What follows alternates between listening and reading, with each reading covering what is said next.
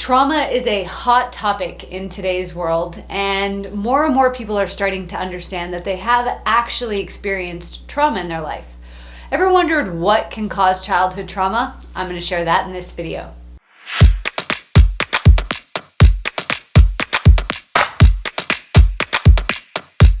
Hi, my name is Tiffany. I'm a trauma-informed high-performance coach that works with people to heal trauma so that they can step into their full potential in life. In this video, I'm going to share with you what the newer definition of trauma is and how we know if an event was traumatizing for us. Then I'm going to share with you the difference between big T traumas and little t traumas.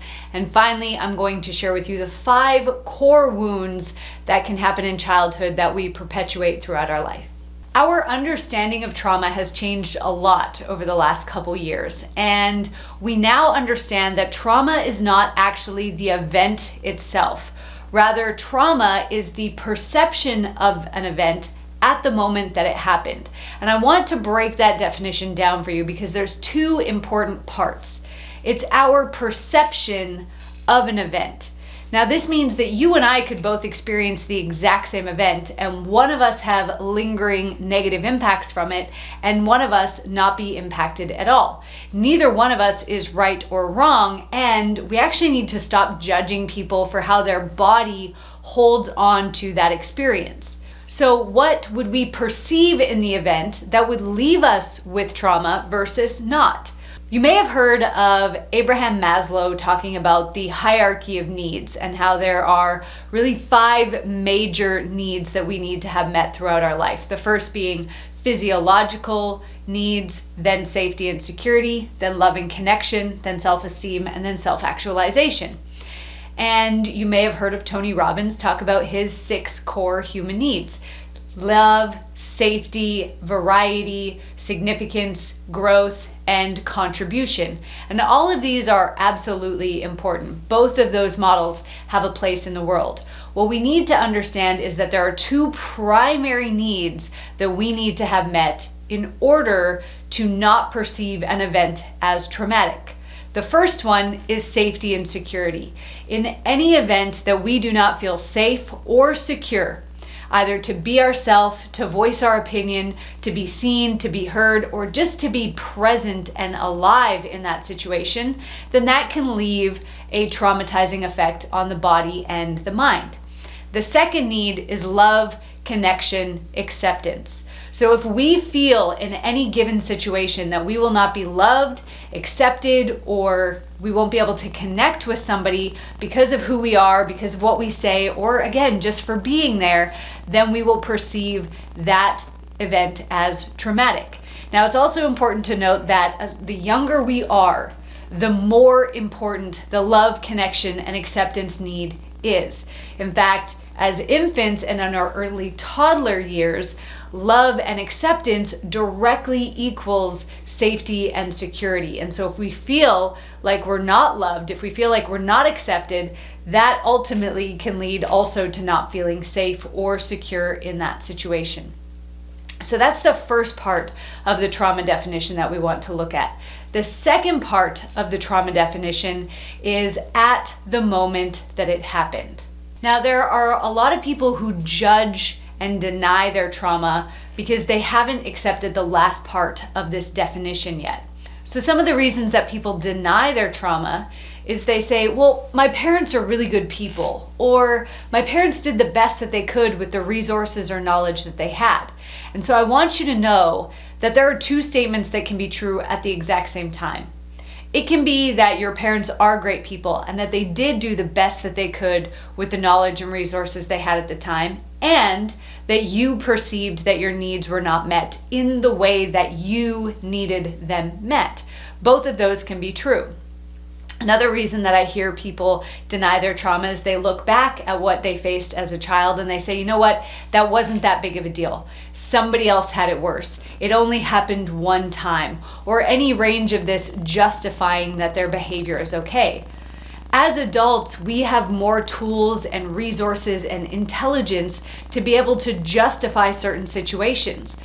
But the adult is not the one that's going through the traumatic experience. It's the child.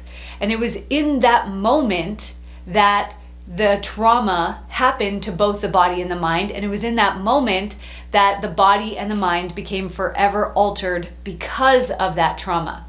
There's no amount of logic, reason, or intelligence that will allow us to justify our way out of a body's trauma response. And so it's better if we have love and compassion for ourselves and start to understand, hey, we were impacted by this event. Yes, there may be other people out in the world who had something worse happen to them, quote unquote worse, because trauma is not a comparison game. It doesn't matter if somebody had more enduring trauma or more difficult challenges in their story.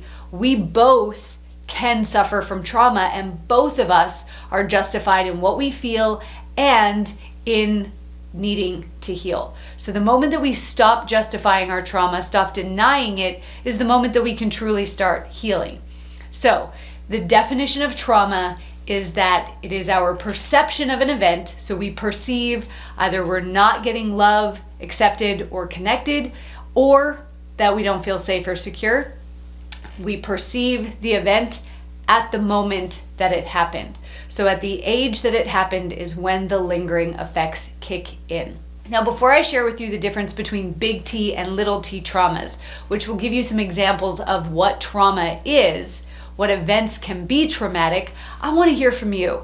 Have you ever heard this definition of trauma before? And how does it change your opinion of what you experienced when you were growing up? Go to the comments below and let me know. Now, it's important to know that with big T trauma and little t trauma, even though they have the names big and little, it doesn't mean that one is worse or more impactful on the nervous system. It's just how these traumas are typically identified. Now, big T traumas consist of the events that we typically think of when we think of trauma: physical abuse, sexual abuse, war, natural disaster, famine, depressions, global pandemics, anything with loss of life or loss of limb, whether to us or to somebody else, that happened very suddenly and unexpected, can be considered a big T trauma. And I just want to highlight that a global pandemic is considered a big T trauma. And so all of us have been exposed to a potentially traumatic experience over the last couple years, and it's important that we recognize that. Little t traumas, on the other hand, are the traumas that are often overlooked or often swept under the rug as a part of life. Now, there's no way that I can possibly list all of the little t traumas in this video for you. We would be here for hours if I attempted to do that. But big T traumas consist of things like having a parent who worked a lot. Yes, many kids realize that their parents need to work to provide for them, but unconsciously they don't understand why the parent is always gone, for example. It can be bullying, it can be emotional abuse, it can be financial abuse, it can be witnessing domestic violence happening between two adults. It can be moving a lot. Maybe you moved a lot from school to school or from city to city when you were growing up, and that is considered traumatic. Any form of bullying that you experienced from anybody in your life can be considered a little t trauma.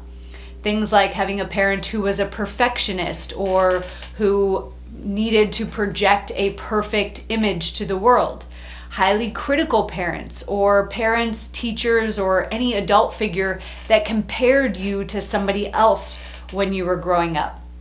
Hearing parents or adult figures judge other people harshly or talk negatively about people, gossip about people, can also create a lingering impact on our body because it tells us that if we do something that they don't agree with, that we will be rejected. Little t traumas can also include parents who catastrophize mistakes, parents who don't acknowledge your successes. It can be parents or teachers or grandparents who have a favorite child over another one. It can be parents who don't allow you to express your needs or who deny the feelings that you have. If you felt that you needed to parent your parent, this is something that we call parentification. Maybe your parent had a physical disability or they had a mental health challenge and you felt like you needed to take care of them. Or maybe you were the oldest sibling and you needed to take care of the youngest siblings and grow up quickly. You lost your childhood. That is also considered a little t trauma. So as you can see, we could be here for the next day listing out all the possible little t traumas that exist. It's important to recognize that little t traumas are often swept under the rug and they aren't seen as being as impactful as the big T traumas because the big T traumas are so catastrophic. However, because the little t traumas have a tendency to build on each other over time, they can be absolutely just as harmful and toxic to the body and the mind as the big T traumas. Now, before I share with you the 5 core wounds that people often experience in childhood that affect them later in life, I would love to have you subscribe to my channel. I'm putting out brand new content every single week on how you can heal from trauma, master your mind, and step into your true potential. So go ahead and click that subscribe button and like this video while you're there. So the 5 core wounds are the 5 umbrella areas that we tend to have and experience trauma under that can then affect us as we grow into our teen and adult years. The first core wound is the rejection wound. And as you might guess, this comes from any instance or any experience where you felt that you were rejected. It could be you felt that you were rejected for being the person that you were. Maybe you were too loud or too smart, or you were too strong and you felt rejected because of that. That can create a rejection wound, which actually causes you to then reject part of who you truly are. It's interesting that we often will perpetuate our own traumas against ourselves in order to gain acceptance from other people. The rejection wound can lead us to not asking for opportunities, not climbing the corporate ladder, not opening a business, or not going after something or someone that we really want in life because of this fear of being rejected in the future. The second core wound that people experience is the abandonment wound. And this can come from having one parent, whether mother or father or whatever parental figure was raising you, suddenly leave. It can come from having a very messy breakup at any point in time of your life. Not all of these happen in childhood, but they absolutely can start there. It can happen from having a friend leave you or a friend all of a sudden turn on you. It can even come from having your parents working long hours or working away from the house a lot and leaving you with a babysitter who didn't treat you very nicely. Or it could come from losing your favorite teddy bear and feeling like you've lost that safety that came from it. Abandonment core wounds can lead to dysfunctional relationships, and it can create a codependency in relationships where all of a sudden people feel like they aren't good enough unless they have a partner or that they need that person to be around in their life. The third core wound that people experience is the humiliation wound. And the humiliation wound occurs any time that we are the brunt of the joke or that somebody embarrasses us or humiliates us. This can be within a small group of people or within a larger group of people. It can be because of a mistake that you made that was catastrophized and made fun of, or a prank that somebody pulled on you. So a common example that I see with my clients when we're working through the humiliation wound is that in school they raised their hand to answer a question and they got the question wrong and the teacher berated them, humiliated them, or called them names in front of the entire class. It can happen if you were walking in front of a group of people and maybe you tripped and fell and hurt yourself, or you slipped on the ice in the winter. Or it can happen if you come from a family that jokes around and uses sarcasm as a way of showing love. Oftentimes these jokes go too far and they can actually hurt us and feel like a personal attack, which leads to this humiliation wound. The humiliation wound often causes people to not fully speak up for what they want or what they need. It can stop them from raising their hand to answer questions or ask for opportunities in the future, or it can stop them from being the person that they truly are, or it can create feelings of anxiety or panic anytime they have to be around the people who commonly make jokes at their expense. The fourth core wound that people experience is the betrayal wound. And this can happen as a direct result of a betrayal happening to them, or it could happen by witnessing a betrayal. So if you had a parent who cheated on another parent, or a parent who abused another parent and betrayed their trust in that way, that can absolutely lead to a betrayal wound. If you had a parent who often made you promises and then lied to you, that can lead to a betrayal wound. If you experienced infidelity in any of your own relationships, or you had friends who betrayed you or stabbed you in the back or were gossiping about you behind your back, all of those can lead to the betrayal wound. The betrayal wound often leads to a feeling of not being able to trust other people, and it can even lead to a personality trait of becoming ultra independent, where you do not need anybody else, you do not want to rely on anybody else because you fear that betrayal. It ultimately leads to having problems asking for help, micromanaging people, or not being able to delegate things in the house or in the business to other people. It could also lead to very dysfunctional relationships, or possibly not seeking out a relationship at all because you're just not able to trust people. The fifth and final core wound is the injustice wound. And the injustice wound is really created anytime that we feel that something has happened that is not fair. So any form of racism or sexism or ageism or any of the isms that happen in the world can lead to an injustice wound. If somebody is punished for something that they didn't do, or maybe you're punished for something that you didn't do because the other person wouldn't speak up, then that might lead to an injustice wound. If you felt like you were treated differently or unfairly compared to your classmates, to your colleagues, to your siblings, that can lead to an injustice wound. An injustice wound can lead to somebody taking on a personality trait of being the victim, or it can cause them to become a perpetrator because they don't trust other people to do the right things by them.